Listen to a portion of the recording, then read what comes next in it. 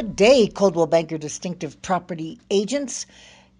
This class, put on by myself, Karen Beauvais, is regarding the new contracts that go into effect on January 1st, 2019. That's just a few short weeks away, and again, I highly urge you to take a class.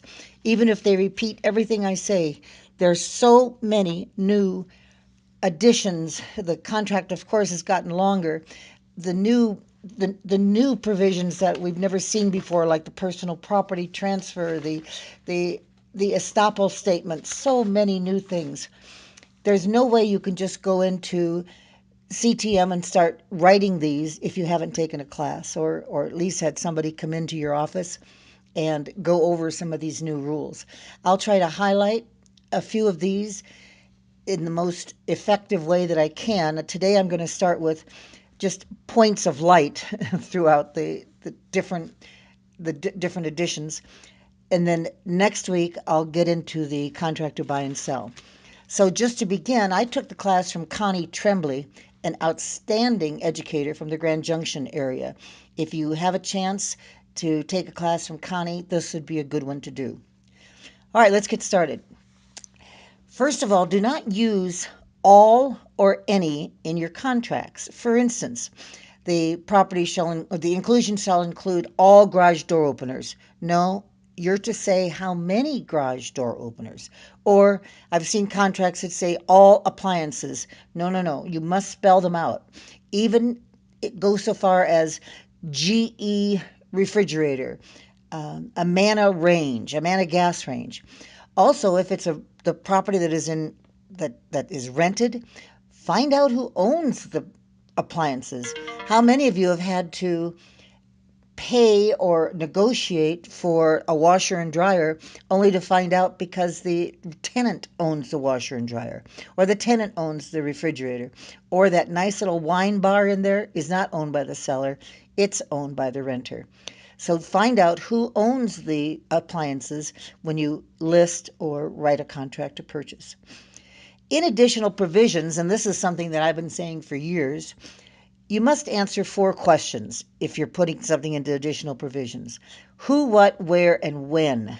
Sometimes you can even add why. For an example, seller shall repair or replace the broken garage door to the satisfaction of the buyer at the seller's expense 7 days before closing. If the garage door is not repaired or replaced to the buyer's satisfaction, seller will credit buyer $1,000 at closing. This can be for anything that you put in additional provisions. Again, who, what, where, and when. When are they going to do it? Who's going to pay for it? Who's going to approve of it? When is it going to be done? Okay.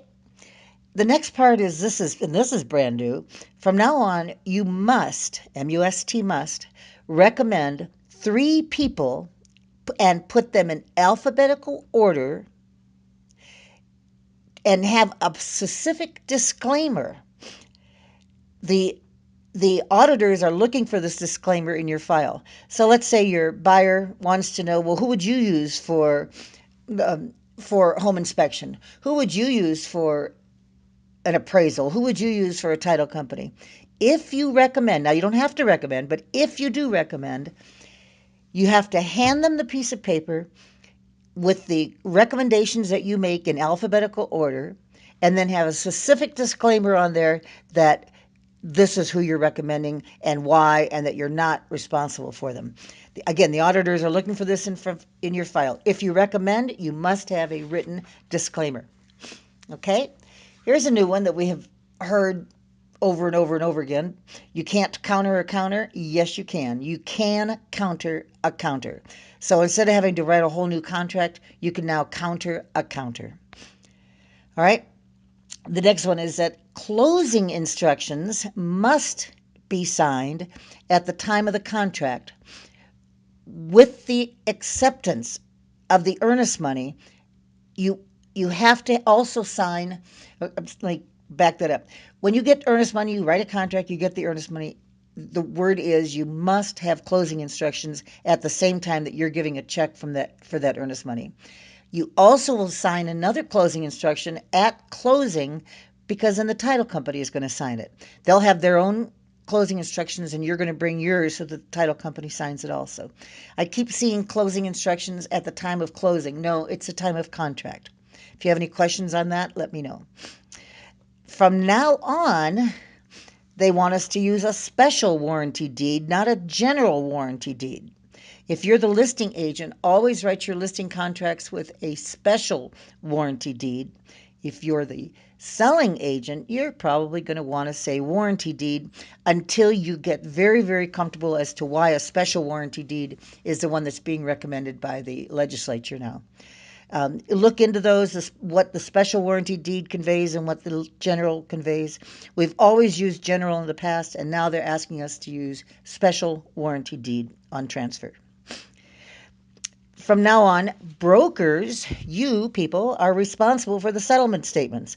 Before you looked at them and you said, yeah, buyer, seller, sign this. Now you are responsible for it. The buyer's agent for the buyer settlement statement and the listing agent for the seller's side. Be sure you get both at closing. For one thing, it's our office policy that we want both of them. The other thing is that it's just a good check and balances. If the title company won't give you both sides, then get it from the cooperating broker. Okay? Do not use CTM or any DORA forms for mobile homes with no land. I just approved a closing last week that was a $60,000 mobile home. You can't use DORA forms for that. Google a sales contract if you don't have one in your office for mobile homes. That's not real property and they don't want you to use the DORA forms. Okay? For possession date and time on closings, now use delivery of deed and funding. Funding. Delivery of deed and funding.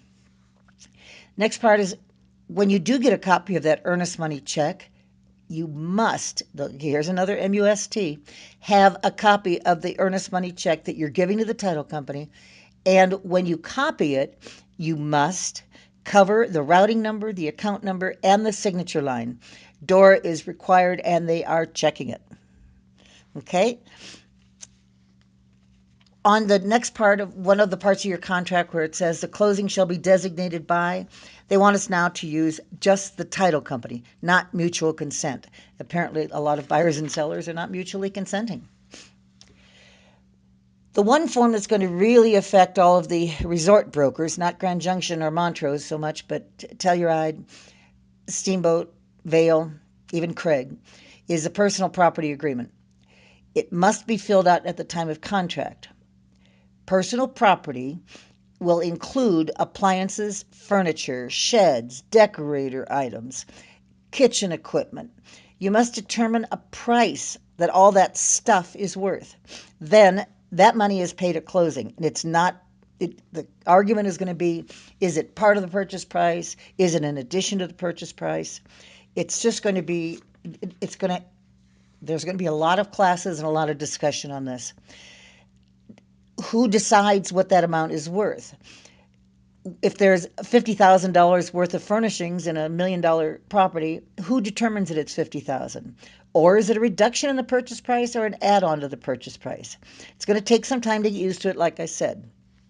Let the buyer or the seller determine the value of the personal property. And then if you're the listing agent, say personal property in said condominium or home is worth $5,000.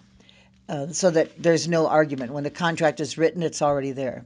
Just remember that the buyer will have to write a check at closing or see that amount as a debit on the settlement statement. It'll be a debit to the buyer, credit to the seller for whatever they determine is the price of the personal property. You all know that the lenders, the banks have been on us for years, probably 15 years, 20 years on this. This is what they're going to be happy with. The buyer, like I say, buyer's either going to have to write a separate check at closing or see it as a debit and a credit to the seller. That's enough for this week. I've spoken enough. Next week, again, we're going to talk about the new contract to buy and sell. As always, if you have any questions whatsoever, I'm available to you virtually 24/7. I'm there for you, and I'm happy to answer your questions. Thanks very much. This is Karen Beauvais. Have a blessed week. Bye bye now.